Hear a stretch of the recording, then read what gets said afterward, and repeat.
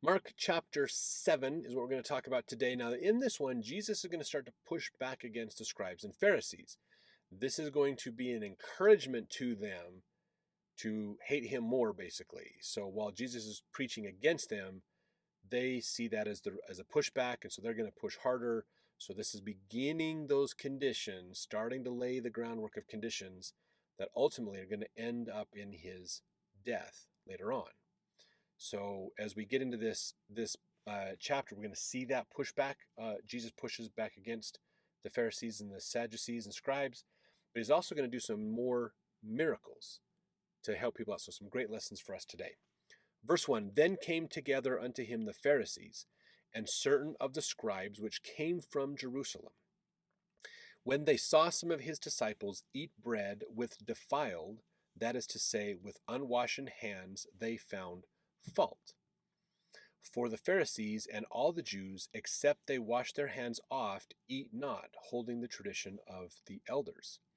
So over time, this is what happened. This is the tradition of the elders. Over time, the Jewish leaders had built up a series of behaviors around cleanness, which they enforced. They were interpretations of the law, but not the law themselves. So the law says you need to wash your hands before you eat. And so the challenge is over time, they started to build up these things. You need to wash so many times. You need to do so many things. They got really nitpicky on the letter of the law of what you need to do before you eat. And the apostles aren't necessarily following all the steps that these interpretations have. So remember, there's the Torah, there's the scriptures, okay, there's the law of Moses, and then there's the interpretation of the law from other Pharisees and Sadducees and things like Hillel and others. They are that's what the Pharisees are looking at. These are the rules built up from the law, but it's not the law. And that's the part that the apostles are technically violating, basically.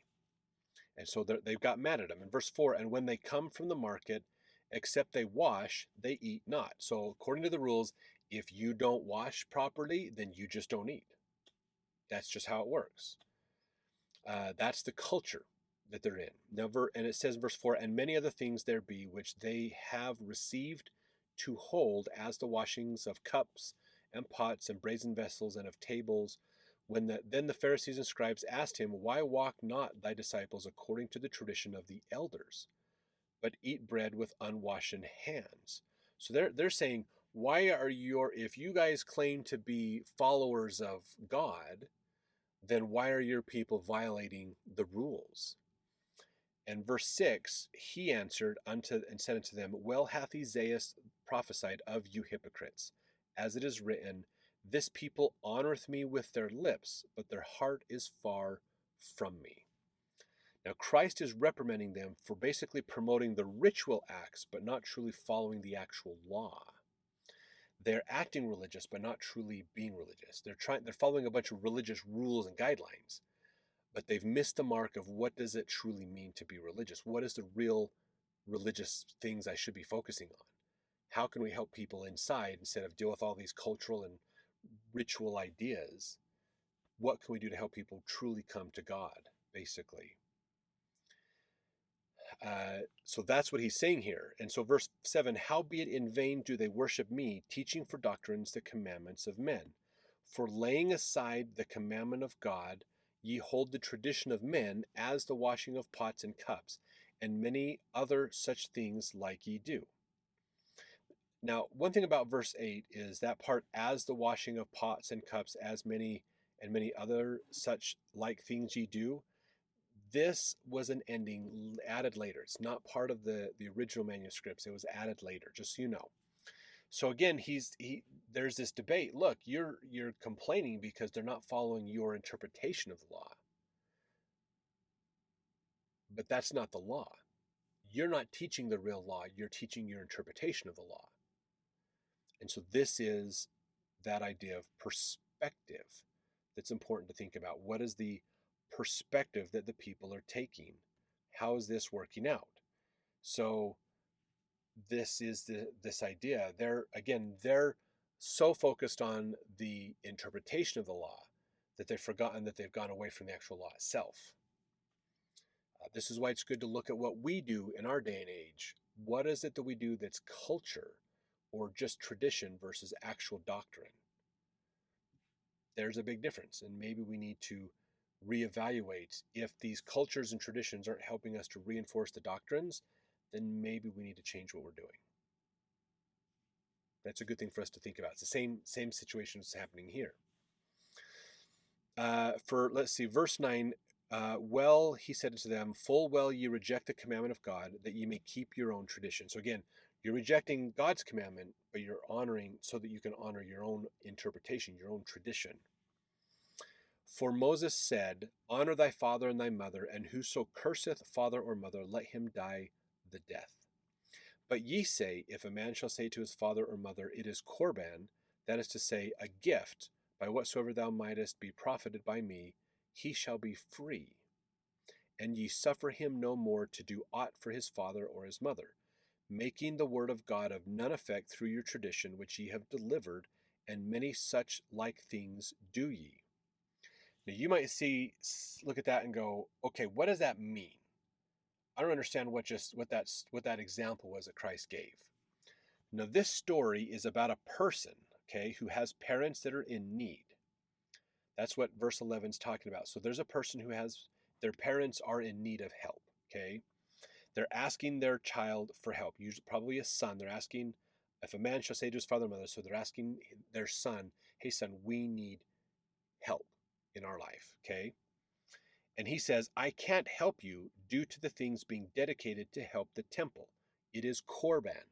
That's, I've set aside these things. I've set aside this food, these assets, these resources. I've dedicated them to helping at the temple. And he says, I can't help you because I've got to give this stuff to the temple, basically.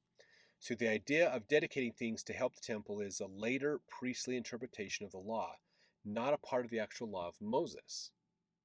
If you remember, in the original law of Moses, the priests survive off of the offerings the people bring. But now there is a tax on the people that goes to the temple that support the priests. So they've added in more income for the priests by going to the temple. So there's a temple tax. You got to pay a tax to go to the temple. You got to bring more food and supplies and stuff to the temple. So the temple has turned into an income source for the priest to become wealthy. Instead of living off the people's gifts, barely surviving, basically, the temple has turned into a resource of wealth and income for the priests.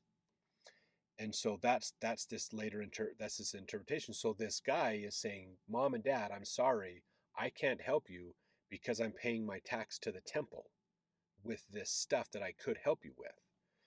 And so that's, again, he's saying, I've got to follow this interpretation of the law instead of following the real law, which is honor your father and mother. And so Christ has put this story together to say, we're pitting tradition with doctrine against each other.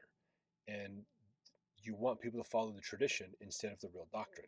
When tradition and doctrine clash, doctrine is what we should be looking at, not the tradition. But oftentimes tradition is what gets there because it's what we think is the truth, rather than really examining, do we truly understand the truth? Do we really understand what that doctrine is? And so that's what he's talking about, this clash.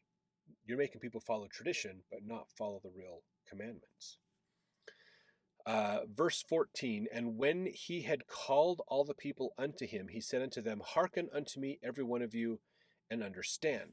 So now this is, Christ is now turning to everybody else around him. Hey guys, pay attention. Come here. So verse 15, there is nothing from without a man that entering into him can defile him. But the things which come out of him, those are they that defile the man. Now, Joseph Smith adds a little bit more to this in his translation. He says, defile him which is food, but the things which come out of him, those are they that defile the man, that proceedeth forth out of the heart. So to clarify this, Christ is saying if you eat something and it's unclean, it doesn't make you unclean necessarily. But if you have a heart that is unclean, you'll have unclean thoughts and actions come out of that. So that's what he's teaching them. What comes from inside is what's more important than what you put in from the outside, basically. So priorities. Verse 16, if any man have ears to hear, let him hear. So there's that symbol. There's deeper meanings in this. Verse 17, and when he was entered into the house from the people, his disciples asked him concerning the parable. So they're now going, hey, what did you just teach? That was pretty interesting, but what was the deeper meaning here? And verse 18, and he saith unto them, are ye so without understanding also? Do ye not perceive that whatsoever thing from without entereth into the man, it cannot defile him? So Jesus is a little frustrated. Do you guys not understand this? Come on, guys, I'm trying to teach you. Pay attention. Learn. Pick up. Verse 19, because it entereth not into his heart, but into the belly. So when you eat, it goes into your stomach, not your heart. It doesn't affect your emotions. And goeth out into the drought, purging all meat. So if you take something in, it's going to go in your mouth, down to your belly, and out your poop, basically. It's going to go through you. You're going to gather some stuff from it, and it's going to go through you. It's what from heart, he says, verse 20, and he said, that which cometh out of the man, that defileth the man. For from within, out of the heart of men, proceed evil thoughts, adulteries, fornications, murders, thefts, covetousness, wickedness, deceit, lasciviousness, and evil eye, blasphemy, pride, foolishness. All these evil things come from within and defile the man. So this is, again, looking at this idea that what we think inside, our thoughts and beliefs, affect our actions. What we believe inside is what is the problem. We need to change what's inside, not what's outside. We need to be truly religious, not just act religious. That's the challenge, okay? That is the challenge here. So, in fact, what's interesting in this, when you talk about, in verse 22, foolishness, that last word there, this is reckless behavior. So doing things without thinking about it. Quentin Cook had this to say in a discussion once. He said, the definition of the Greek word translated as foolishness in Mark 7:22 includes senselessness and egotism. It is derived from a Greek word meaning mindless, stupid, ignorant, egotistic, rash, or unbelieving.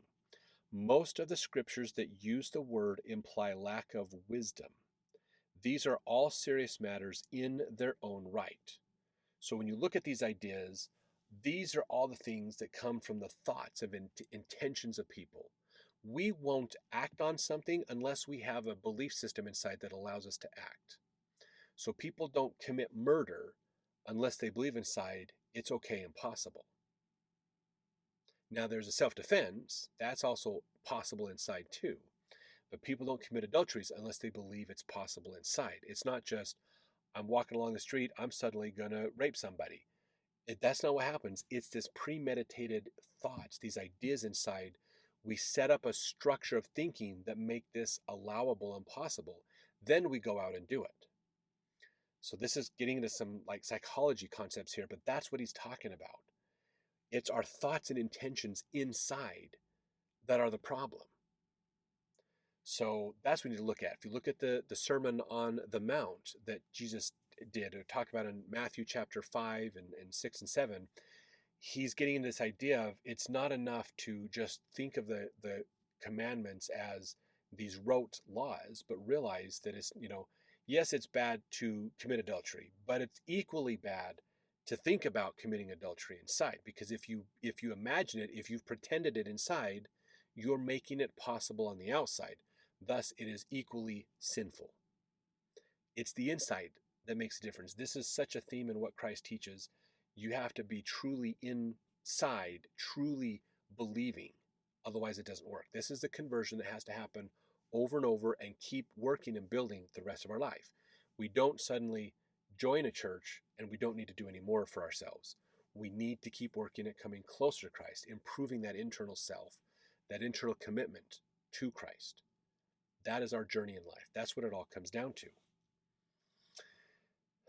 Verse 24, and from thence he arose and went into the borders of Tyre and Sidon, and entered into an house, and would have no man know it, but he could not be hid. So he tried to be discreet about going to this location, but people saw him. Verse 25, for a certain woman whose young daughter had an unclean spirit heard of him, and came and fell at his feet.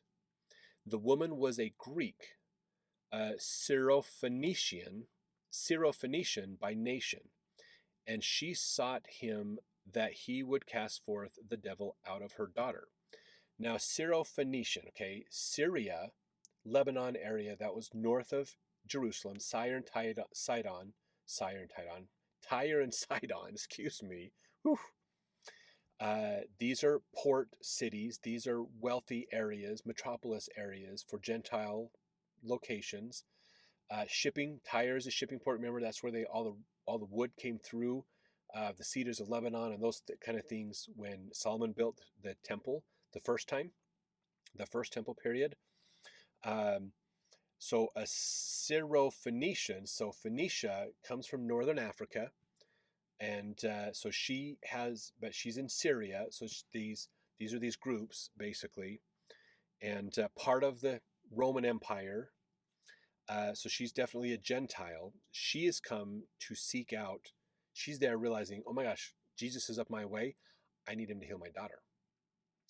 Verse 27, but Jesus said unto her, let the children first be filled, for it is not meet to take the children's bread and cast it unto the dogs. Now, hold on a second here. Just let's pause for a second here, okay? This is a Gentile woman coming to talk to Christ. And the first thing Christ says to her is, let the children first be filled, for it is not meet to take the children's bread and cast it unto the dogs.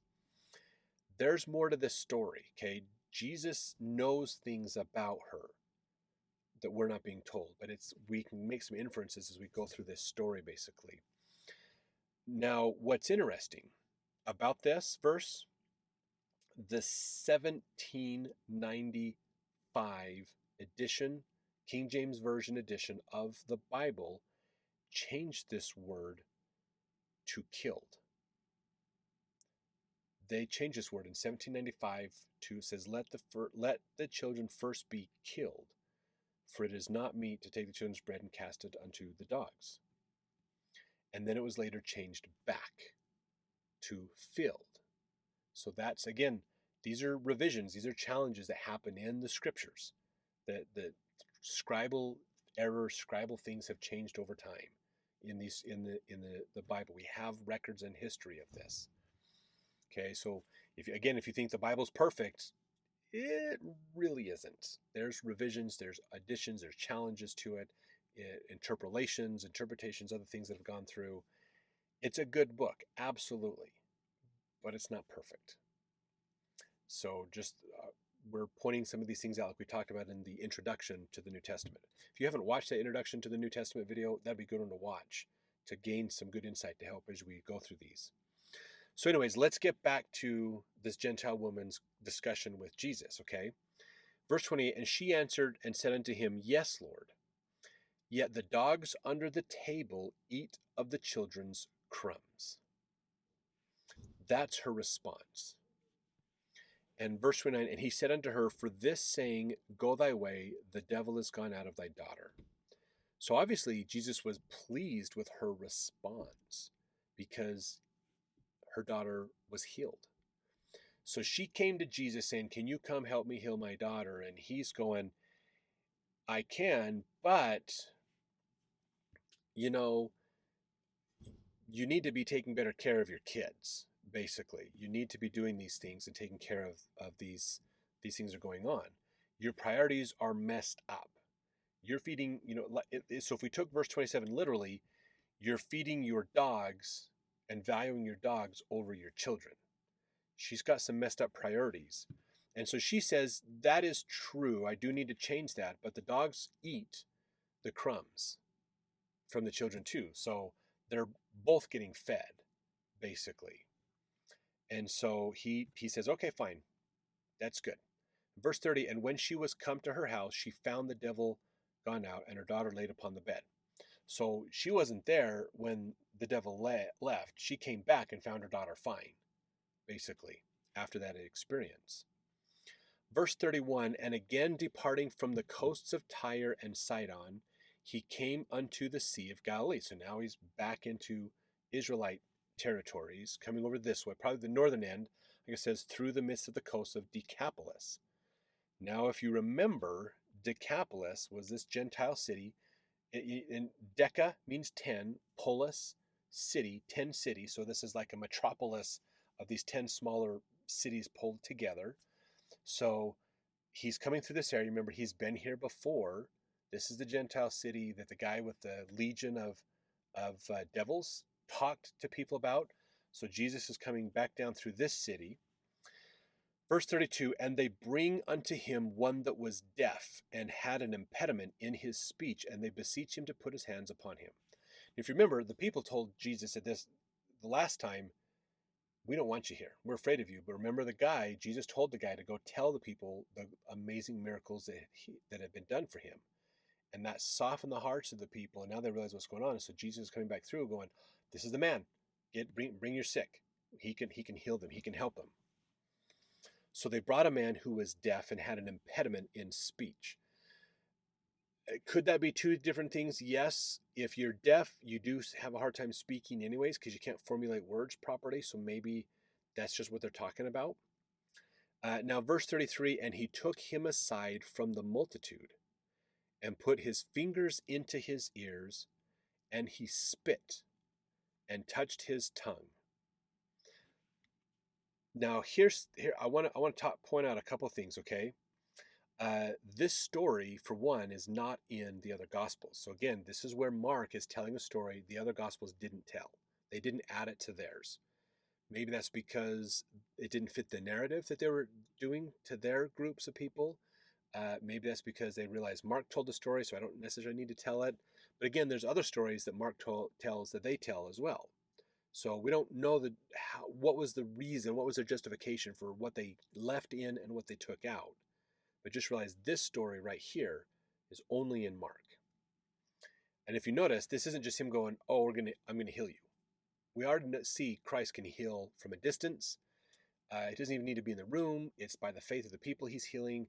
But for this man, he's putting his fingers in the guy's ears, and then he spit and touched his tongue as well. Whether that's the same hands or whatever, I don't know. But some scholars, when they look at this, they think this might be Christ using signs or a form of sign language to communicate with the man. So some people look at this and say, maybe this is Christ trying to use hand gestures you cannot hear, right? Or speak, kind of an idea. Verse 34, to confirm, the guy's probably shaking his head, yes. Verse 34, and looking up to heaven, he sighed, and saith unto him, Ephphatha, that is, be opened. And straightway his ears were opened, and the string of his tongue was loosed, and he spake plain. And he charged them that they should tell no man. But the more he charged them, so much the more a great deal they published it. Remember, he pulled this guy to the side to heal him. So not out where everybody else can see him. And he told the guy, don't tell anybody. But the guy tells everybody. I mean, this is hard news not to contain. I'm healed. I can hear and I can talk. This is amazing. Verse 37, and were beyond measure astonished, saying, he hath done all things well. He maketh both the deaf to hear and the dumb to speak. So Christ is gaining a following even among Gentiles, basically. So let's jump to our next chapter as we continue forward.